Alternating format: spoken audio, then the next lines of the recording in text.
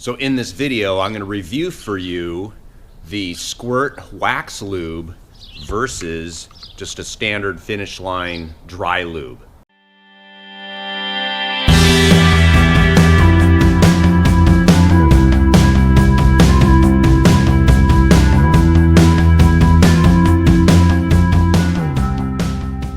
So what I did to review this is I have two bikes. I have a cyclocross bike and a road bike. And what I did was, to be fair, I only changed one bike. One of the differences is the cleanliness of the chain. So I'm going to show you, both chains are clean right now. After every bike ride, what I do is I usually just take a rag and wipe down the chain. So let me show you the difference here.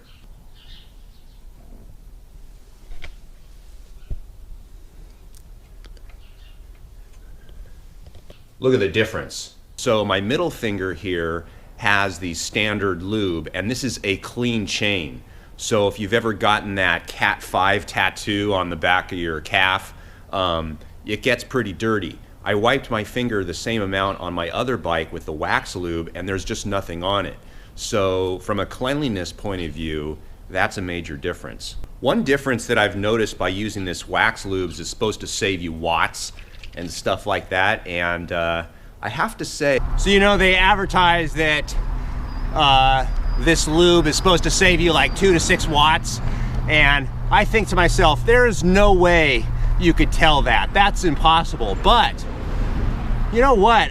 Again, I'm kind of in tune with my bike, and I know when something feels off, and I don't know if it's placebo or not, but I really, you know, there's not a lot of products I think make a difference, but this lube, this wax lube, I feel that my chain is just smoother.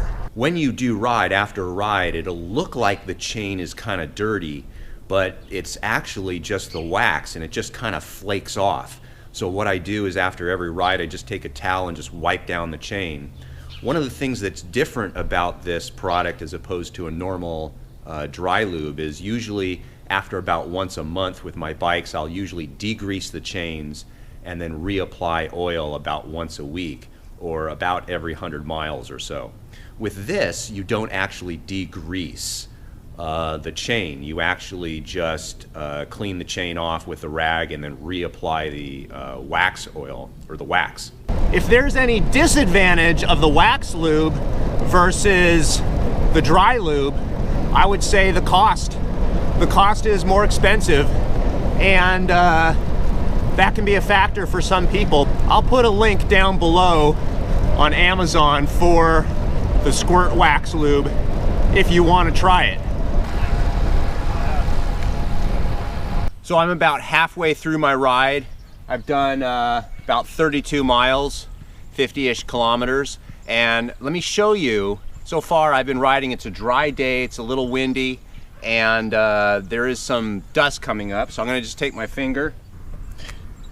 I'm gonna run my finger underneath the chain, just like that, and look at that.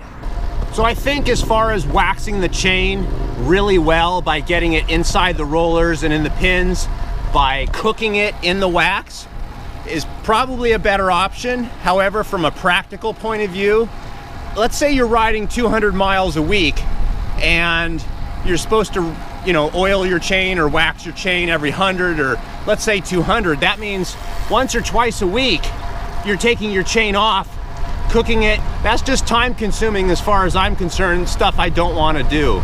So in summary, I think I'm going to continue to use the wax-based chain lube. I think once I'm done with the chain on my cyclocross bike, because I was doing a comparison, when I get a new chain, I'm going to basically just degrease the chain, make sure it's clean, and just start using wax as my new lubricant. And then just call it a day.